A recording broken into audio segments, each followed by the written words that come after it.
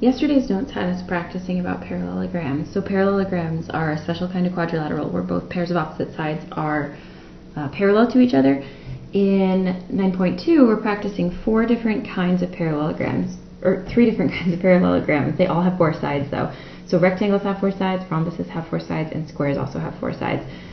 These are different types of parallelograms, and they each have their own properties. So in a rectangle, in addition to the 5 properties of parallelograms that we practiced in the notes from yesterday, there are 2 others that rectangles have that are also true. So one of them is that all 4 angles are 90 degrees, and then the other truth about about rectangles, the other property, is that the diagonals are congruent to each other. And so we had already said yesterday in the notes that the diagonals bisect each other, so they cut each other in half. In the notes today, though, about rectangles, the diagonals are congruent, and since all of the things about parallelograms are still true about rectangles, the diagonals still cut each other in half. And so what that means is, in a rectangle, because these 2 are equal and because these 2 cut each other in half, it means that all 4 of the little parts of the diagonals are equal to each other. Question number 1 is asking us to find out something about a rectangle. It says find the lengths given rectangle ABCD. So it says from A to B is 21. I highly recommend marking the picture when you do these. It says from A to D is 28. And we're being asked to figure out how long is it from B to D. And so from B to D is the diagonal. It's this whole distance here. So that's the one that we don't know, so we'll call that one X. If you cover up this side of the rectangle, you'll see that you have a little right triangle over here that gets formed by the diagonal, and so we can use that fact to help us solve this problem. Anytime you know 2 sides of a right triangle and you're trying to figure out the third side, you can use the Pythagorean theorem to help you. So the Pythagorean theorem says a squared plus b squared is equal to c squared. And if you've seen this before, you know that it's important that the longest side, the hypotenuse of the right triangle, it's the one that's opposite the 90-degree angle. That's the one that has to go in for your C. It doesn't matter which one goes in for A and which one goes in for B, but you have to make sure C goes in for this side. So I'll plug in the 21, and I'll plug in the 28. And again, it doesn't matter which order those go in. And then I'm going to put the X here for C, because that's the one I'm solving for. So you'll square 21, and 21 squared gives you 441, and then you'll square 28, and 28 squared gives you 784. And then the next step would be to add the 2 of those together. And then finally, to finish solving for X, right now this says X squared is equal to 1,225. What you need to do, though, is you need to get the X all by itself. And so when you're doing that, you're going to take the square root of both sides. So I'll take the square root of this side, and I'll take the square root of this side. Sometimes your answer is going to work out to be a whole number, and sometimes, more often, it's going to work out to be a decimal. And so on this one, when you do the square root of 1,225, you end up with X equals 35. X represented the length from B to D, so we're all done for this one. And so the length from B to D is 35 centimeters, and for this problem, we're finished. Question number 2, we have to use a different property of rectangles. So remember from the directions up above, the first property that's true about just rectangles is that the 4 angles are 90 degrees. So that means that this angle is 90, it means that these 2 together are 90, it means that these 2 together are 90, and it means that this one over here is 90 degrees.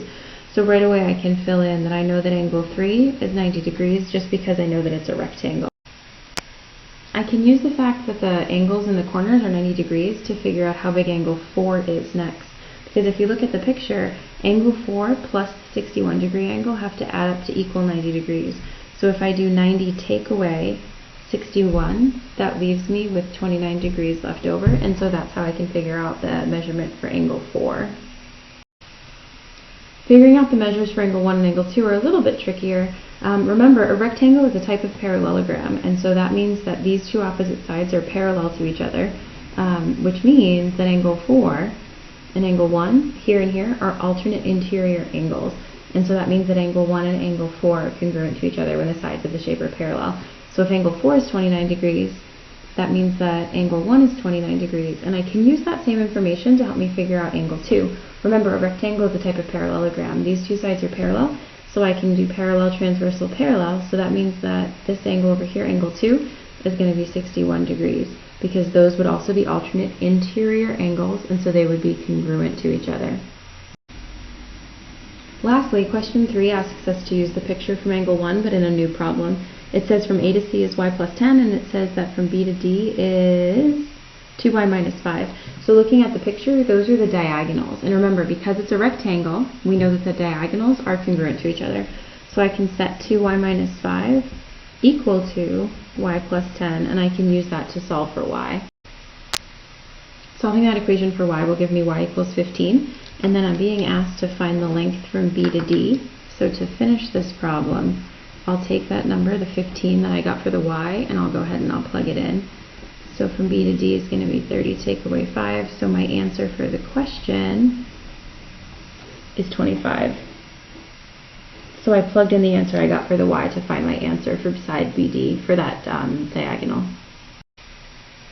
So a rectangle is one type of special parallelogram. A rhombus is another type of special parallelogram. So singular is rhombus, and then plural you can do rhombuses or rhombi. In addition to the 5 properties of parallelograms that we covered in the notes from 9.1 from yesterday, rhombuses have these 3 other properties. It says, the first one says all 4 sides are congruent to each other. So these 4 sides are all the same. The diagonals, so the lines that go across the middle of a rhombus, it says that they are perpendicular to each other. And then it also says the diagonals bisect both pairs of opposite angles. So it means that this piece and this piece are the same, this piece and this piece are the same, so the angle gets cut in half. And then this piece and this piece are the same, and this piece and this piece are the same. So those angles that were already congruent to each other get cut in half. Remember, when you're talking about a rhombus is a type of parallelogram. So the things that were true about parallelograms are also still true about rhombuses. On question number 5, you're being told ahead of time that the shape is a rhombus, and so that means that you know that all 5 things about parallelograms are true, and you know that the additional things that we just talked about, rhombuses, are true. So the 4 sides are congruent, the diagonals are perpendicular, and the diagonals bisect each other. So we're going to use that information to solve for x and y. Look at the sides that are labeled x. It's this side right here, and it's this side right here. Because we're told that it's a rhombus, that means that all 4 sides are the same, and so I can say that 7x plus 2 is equal to 4x plus 15, and I can go through and I can solve that one for x. And so for this one, when you solve for x, you can leave your answer as an improper fraction, or if you wanted to change it into a decimal, you could. Either way would be fine. It's okay that it works out to not be a whole number as your answer for this question. Sometimes you get a decimal. Solving for y is a little bit trickier though. We're actually not going to use this piece of information at all to solve for y. We're just going to use this piece over here. It's pointing at this center angle, angle AFB, and it's saying that that angle right there equals 12y. Because it's a rhombus, we know that the diagonals are perpendicular to each other. Perpendicular means they intersect to form 4 90-degree angles. And so for this one, for 12y, we're going to set that equal to 90, because we know it's a rhombus and we know the diagonals are perpendicular. And so for this one, dividing both sides by 12 to solve for y gives you y equals 7.5. One thing I want to emphasize for this problem is that we used different properties about rhombuses to help us answer the question. On question number 6 and 7, we're going to use different properties of rhombuses to help us answer these questions. On question number 6, you'll remember that the properties of rhombuses says that the diagonals bisect both pairs of opposite angles. And so that means that if this angle right here is 27 degrees, it means that this angle right here would be 27 degrees as well. That's not one of the questions we're being asked about. In a rhombus is a type of parallelogram, and so you want to remember that opposite angles are congruent to each other. So that means that angle 2 would also be 27 degrees, and angle 3 would also be 27 degrees. Once you know that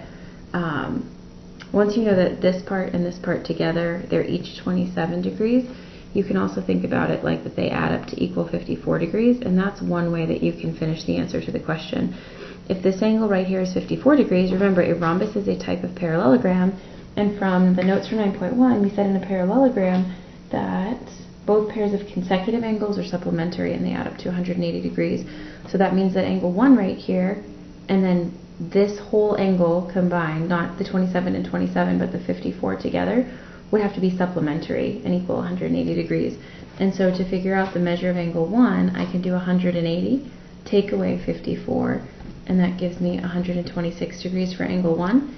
And then remember, because it's a parallelogram, it's a rhombus, but it's also a type of parallelogram. The opposite angles are congruent to each other, and so that means that the measure of angle 4 would also be 126 degrees.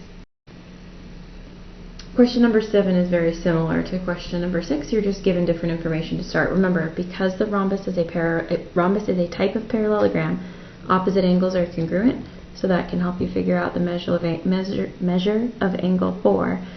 So this one would also be 70 degrees.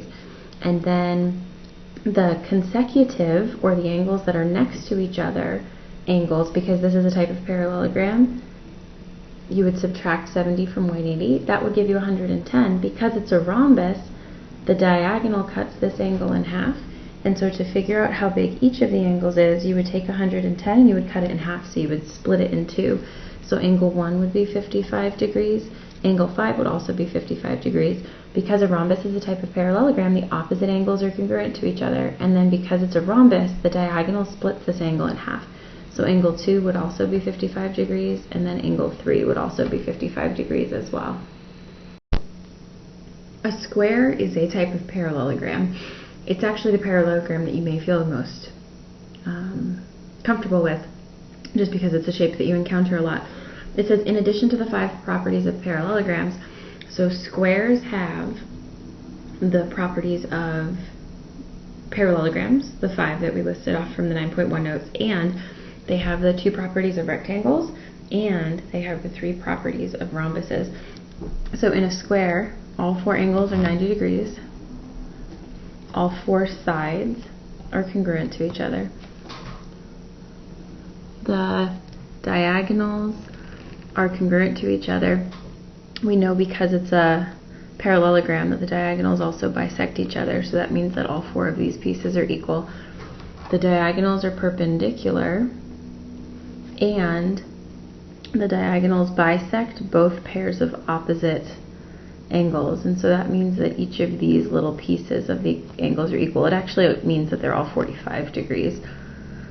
So in a square, there's a lot of things that you can set equal to each other. You can pretty much set whatever you want to in a square equal to each other to solve.